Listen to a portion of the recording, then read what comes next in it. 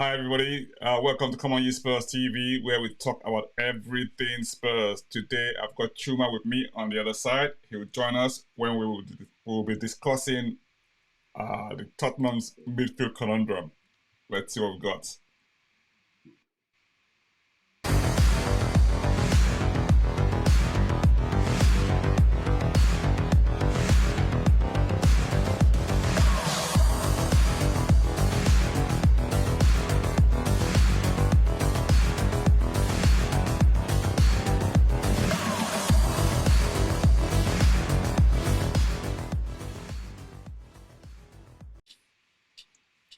Up to the music. To the song. All right, welcome back to Come On You Spurs TV, where we talk about everything Spurs. Today I've got Chuma on the other line. Well, it's actually with me here, actually. And we are discussing Tottenham midfield. And it's a bit of a conundrum, and we'll jump into it in a minute. Before that, if this is your first time here, thank you for joining us. Click on the subscribe button to obviously keep receiving feeds from us anytime we go. We record videos or have videos out, and whenever we go live as well, you get notified as to when we go live. If you click on the notification bell button at the bottom of your screen. I would love your comments. Would love to hear from you. I mean, all of those who've been supporting us so far, we say massive thank yous. We're really grateful, and we appreciate the support and love, and so that's we very much, the phones don't stop even when you're recording never do. programs, they have no respect. Anyway, that's communication for you. Right, so we are here. So yeah, I mean, let's dive straight into it now. First, it used to be a matter of, Spurs don't have enough players in the position, or when the players are in the position, they are not good enough, or they don't work in accordance with the manager's instructions. But we won't look at Spurs midfield. I know there's been a lot of talk about the attack being okay in terms of personnel. The defense has been sort of thought to be like not fit for purpose. I mean, because last season, for instance, we considered the highest number of goals. I mean, for any club in the top six. I mean, even, in fact, apart from Leeds United, we considered the highest number of goals in the Premier. How we managed to come eighth is still a mystery. I think it was down to Harry Kane's goals and the rest of the attack. It was pretty poor in that respect. But some people say that, look, one of the keys to a strong defense is a good midfield as well, which sort of should provide some sort of cover or shield for the defense. That's another matter entirely. We'll look at that. Some people tell you that, look, if you attack well enough, people don't get enough chance to come and attack you, because they'll be under pressure defending from your own attack. So you don't really get a chance to be under that much pressure if you have a good attacking team.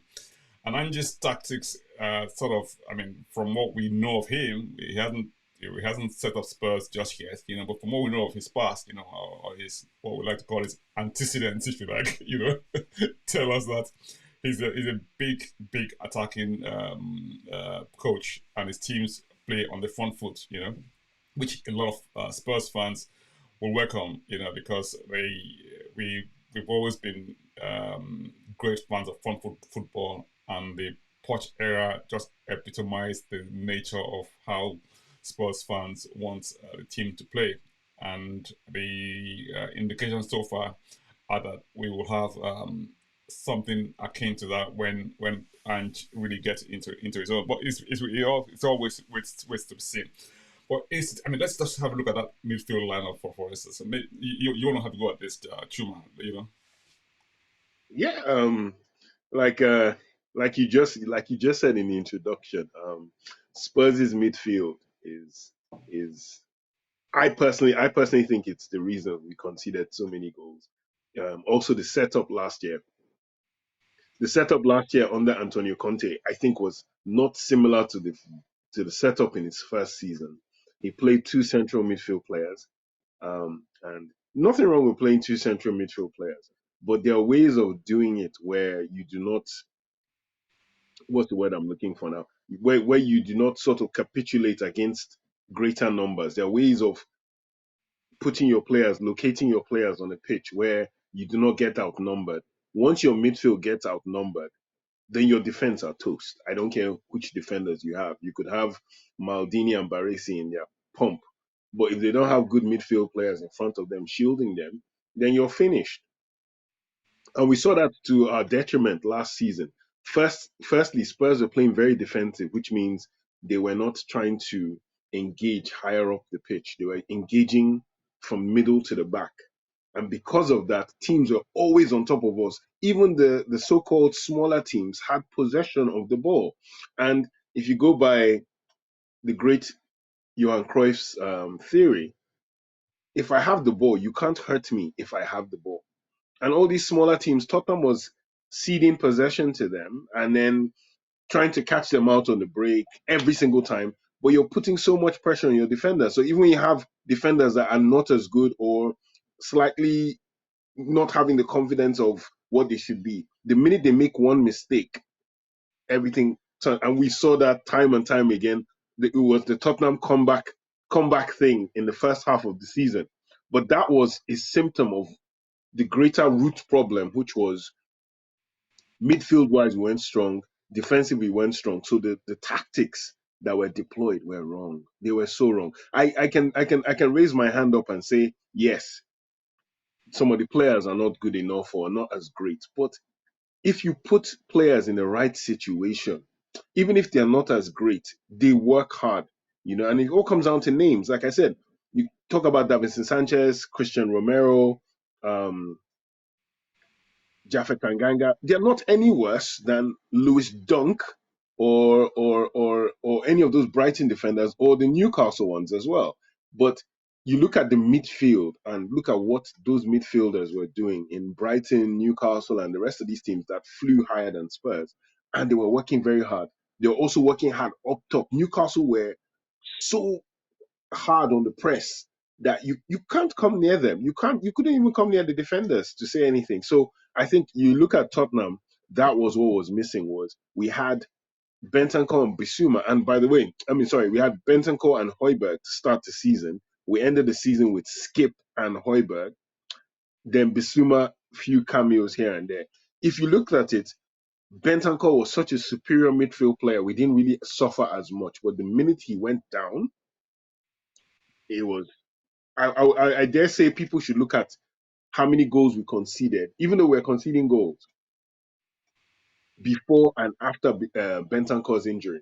And I think you'd see the huge rise because Bentancur had this way of like alleviating pressure and moving the ball or stealing the ball or putting a footing at the right time. Right. So, in a sense, it's a mix of both personnel and the tactics that the team or the coach deploys. Because we've always known Conte to be a defensive-minded coach, and he tends to play three at the back, and then have the 3-4-3 type midfield. I think maybe in one game he probably changed it up once. In one game throughout the time that he was with us at Tottenham. So so my challenge, if you want to call it that, is this, right? So if you look at the tail end of Conte's first season when we went on that winning run, and he didn't change tactics. It was still the same 3-4-3, but we still had this attacking verve that was like almost, we had Kulusevski in great form. Bentancur was firing on all cylinders. The midfield was in good shape. If we had any criticism of that team at that time, it may well have been someone like Emerson Royal, who wasn't sort of delivering on the crosses from the right hand side. But even then, the so-called thing about Emerson at the time was, really and truly, he's not an out and right wing back. He's a full back. We'll come to that. That's another topic for another day. But that was probably the missing chink in the armor at that time. Fast forward to the start of the new season. Okay, started well. We're actually top of the league for a short while, And after the World Cup, things just went downhill. Now, some people will go back and say that okay, fine, we had a situation with Bentancur getting injured, Richarlison didn't perform, Mr. Kulusevski was also injured. You know, by the time he came back, he didn't quite hit the same heights as what he had, you know, at the last season. But be that as it may, where we are now is to say we're going forward, but we've had to obviously. I mean, all the people who have gone out on loan are back. So if you look at the lineup now of the midfield, you have Celso, Ndombele, you have Holjberg, you have Kulusevski, sorry, not Kulusevski, Sarr, you have Skipp, you have Maddison now. There's talk that we are looking to get Palinha. I don't know how far that is true, you know, and that's a 7-man midfield already. So clearly, some people are going to have to go either out on loan or, I mean, may not make the cuts, you know, or get sold. Now, that's a big issue. It's a bit of an issue on the one hand, and it's a good problem to have on the other hand if you make the right choices, because all you're looking at is obviously what you might call first team, if you like, as in starting 11 type players, and then you want to have a strong backup as well if any one of them goes down injured. What would I mean, given the way we know that Ange plays 4-3-3. I mean, you know, fine, and obviously a bit of adaptation here and there depending on what's opponent you're faced, or 4-2-3-1 depending on what he wants to do on the day, but literally 4 at the back, you know, but midfield very between that sort of 4-2-3-1 pattern of 4-3-3. How do you see the team evolving in this situation we're in now? Who's likely to go? Who's likely to stay? Or what would you like to see in terms of either style or how that midfield operates? Okay. What's really interesting, I think, is one, we know how he plays. And it's really, I think it's really good when a squad knows how a manager wants to play. And you know, we've been watching training videos here and there, and you're watching these training videos and you're seeing patterns developing. One of the things I've observed is Bissouma is playing the 6, but he's not playing it as a stationary 6. He's moving around. He even scored a goal in one of the training sessions, and you're watching that. And then I think it's going to be Bissouma as kind of like the pivot or anchor. Bentancur, when he's fully fit, one side, Maddison the other side. Bentancur's job would be to help Bissouma to a point, but also move forward when he can. Maddison's job is similar to Ericsson when he was with us, which is you're probing, you're probably running in behind, and you're creating. You're more or less. There are going to be 2 conductors. There's a conductor just in front of the back 4 in Bissouma, the pivot, but there's another conductor further up who is like an 8, but is really a 10 in Maddison. And that's how I see it going. And then what Tottenham are going to do is to try and find players that fit as backup just in case of anything. And one of them, you know, it's a name that might not be popular with every Spurs fan, his Marmite as well, is Ndombele. There are rumors that Spurs turned down a 20 million euro bid for him. And because Ange has said, I want him to stay. I want to see, and you know, you're seeing him running in training, and people, of course, some people are happy, some people are angry. But I think I love it when a coach can say, my methods are so good, my system is so good that I can rehabilitate a player if that player applies himself. See, it's a two-sided thing. It's not just Ange Postecoglu saying, I want to keep Ndombele. I want Ndombele to apply himself to my thing. And if he does, it will come out well. And, you know, early signs are the guy is, well, smiling face in training. He's running, he's doing things. We don't know how it turned out, but you cast your mind back and you realize that in 2 players, there's another one, Celso as well. He hasn't come back because of the international players coming back next week instead. But these are 2 players that at their peak, and especially when Spurs bought them, they were thriving in 4-3-3 formations. Lo Celso had already played in a 4-3-3 for PSG before he even moved to Betis. And then he plays it for Argentina. And one of the things we always used to joke about was this guy won't play well for Spurs and play for Argentina, and he's the man of the match in Argentinian matches with Messi inside. Messi kept on telling people, this guy is my guy. He has to play. And let's not forget, for those who are football fans, a certain player who's been raved about now, who's just gotten himself a very good move to Liverpool, called Alexis McAllister. McAllister only got into the Argentine team because Lo Celso got injured. Yeah, exactly. But for Lo Celso's injury, McAllister was on that bench for him. So it tells you the pedigree of the player.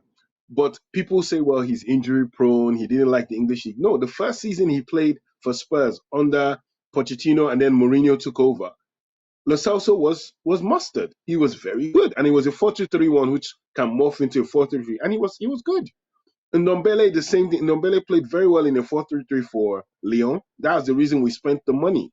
Shielding the ball, advancing the ball, do one or two tricks and pass the ball. That's all we wanted from him. And, it's there. And then you got Sarr, Pape Mate Sarr, who I think, a lot of people are sleeping on that young man because I didn't realize he had been growing. Like when I saw him play in France, he was, a young boy. But when I saw him, come back for Spurs, I was like, he's really tall. He's like Vieira, Yaya Toure. And I think and from what they said, they say Ange sees him as an 8, not even a 6. He sees him as somebody who drives the ball, similar to like Yaya Toure. And I'm thinking to myself, if this young man stays, it could be Ange has problems in selection, and that's what you want for your manager. You want him to say, wow, these guys have adapted. This guy's adapting. This guy, too many players. And let's see what happens. And then there's Alfie Devine, who scored 3 goals in training so far and has looked really good and has also grown. Alfie Devine, when he joined Spurs, I think he was like 5'9.5", 5'10". He's 6 feet tall now. Wow. So it's like you're looking at it going, hey, and he's bulked up. So you're looking at this thing saying there are people who are coming for shirts at Spurs, and long may it continue under Ange. Absolutely. So it's you're right. So in Ndombele redemption time, perhaps. I mean, let's see what happens. There's obviously divided opinion, like you said. Like it says, like my mind. I mean, I love Ndombele. I've always been a fan of his, and I just didn't understand how he just didn't click. Okay, he's had this. I think he had that match against Morecambe where he kind of walked off and got booed off and all of that stuff, which again was unfortunate. But hey, that's football for you. I'm sure he'll pick himself up and deliver. Let's see how. I think it's a case of like you said, redemption is a mix of not just the tactics the manager deploys, but also how the player applies himself to the situation. So it's, I mean, where we are now, it's like we have to choose. Well, we can't keep everybody. So who would you keep and who would you let go? That's well. If I had to keep, I would say I would keep Bissouma. I'd keep Bissouma. So the list first. So let's start with. So that's Ndombele. There's Holjberg. There's Kulusevski. Sorry, not Kulusevski. There's Bentancur. There's Skipp. There's Sarr. There's Maddison, and one more person. Who's the last person? I think that's it, really. Yeah. Yeah. I said the young boy Devine. Oh, Devine. Yeah. So that's Devine. Devine. Right. Okay. So if I had to pick, so only 3 people can start. 3 people can stay on the bench. Yes, exactly. So one of those has to go. So my 3 would be my 3 starters. The rumors also that we're gonna get Palhinha. I don't know how true that is. The Palhinha is a non-starter because of the price.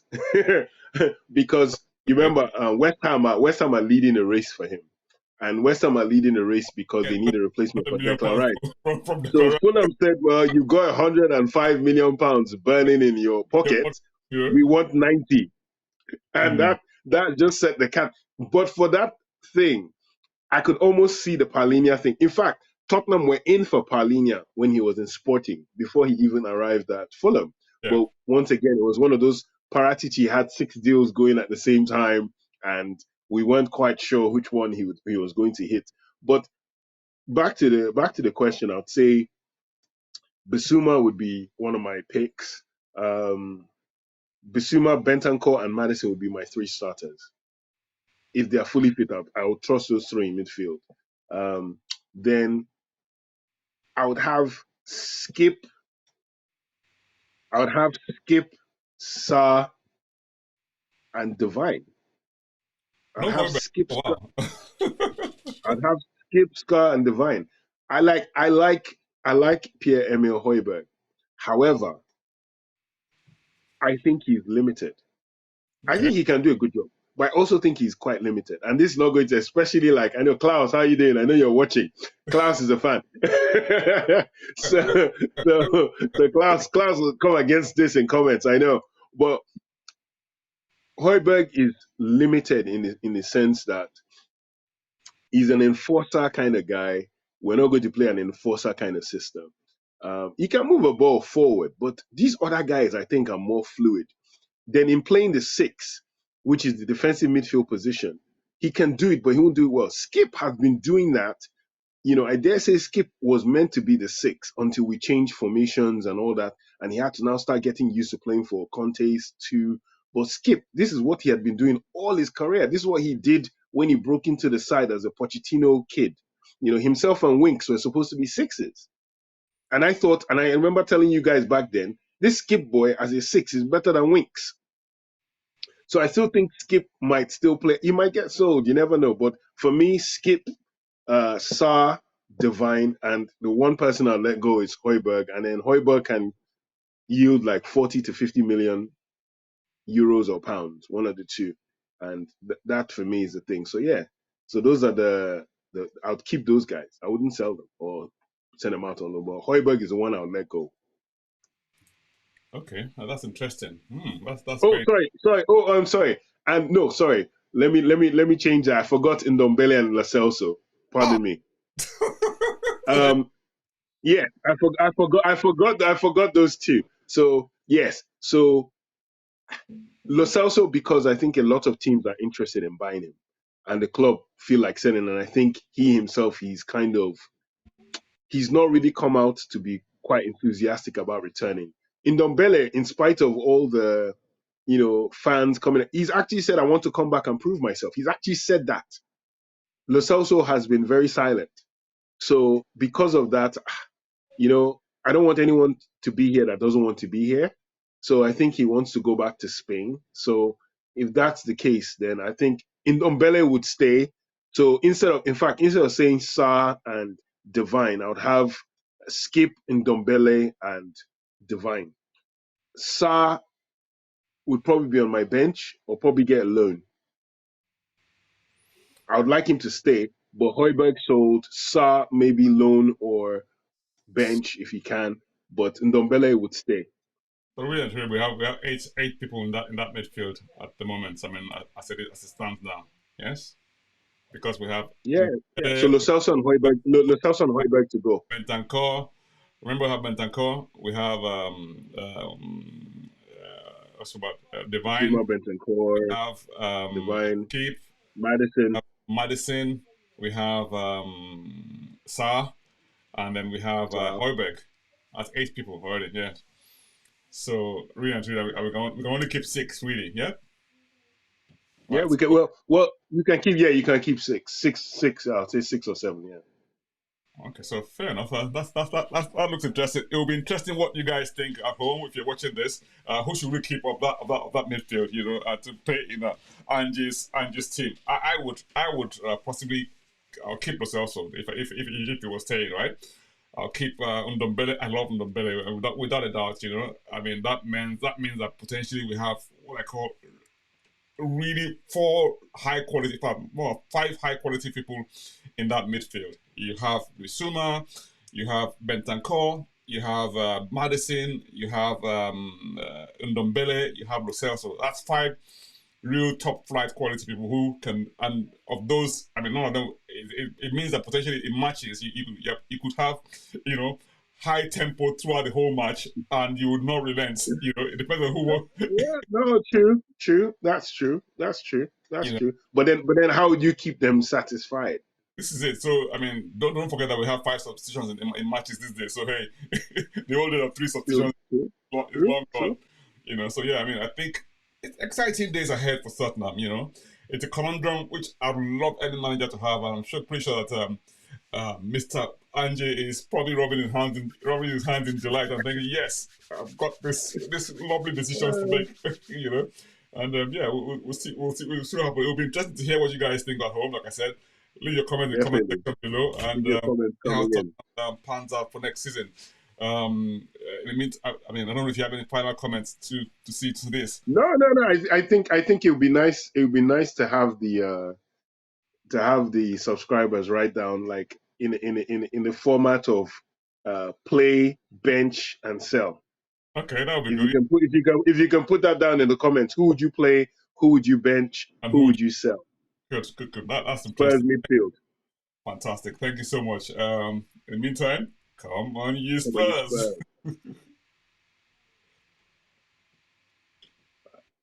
Mm-hmm.